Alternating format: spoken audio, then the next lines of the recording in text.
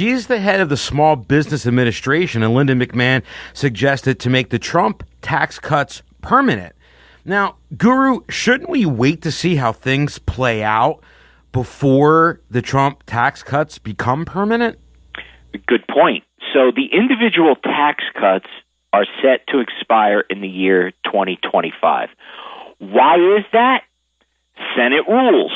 That was one of the things that in order to comply with the Senate rules over a 10-year period and the impact of tax cuts on the national debt, that was one of the things that they said, look, we're going to have to let that expire in order to be able to shoehorn all of these tax cuts into this plan and be able to comply with the restrictions that exist in the Senate. So I think it would be a great thing for us to have the individual tax rates, the reduction of those, be permanent because it adds to stability and it provides certainty.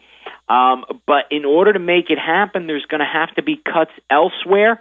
And I just can't see this Congress having the appetite for cuts in spending, which is really crazy because Republicans have always been with that mantra, and yet they've seemed to have forgotten about it. So I think the tax cuts are working very well at this point. I think they will continue to work well. I think it is going to grow the economy, and over time we are going to get a benefit of more tax revenue coming in overall as a result of the cuts.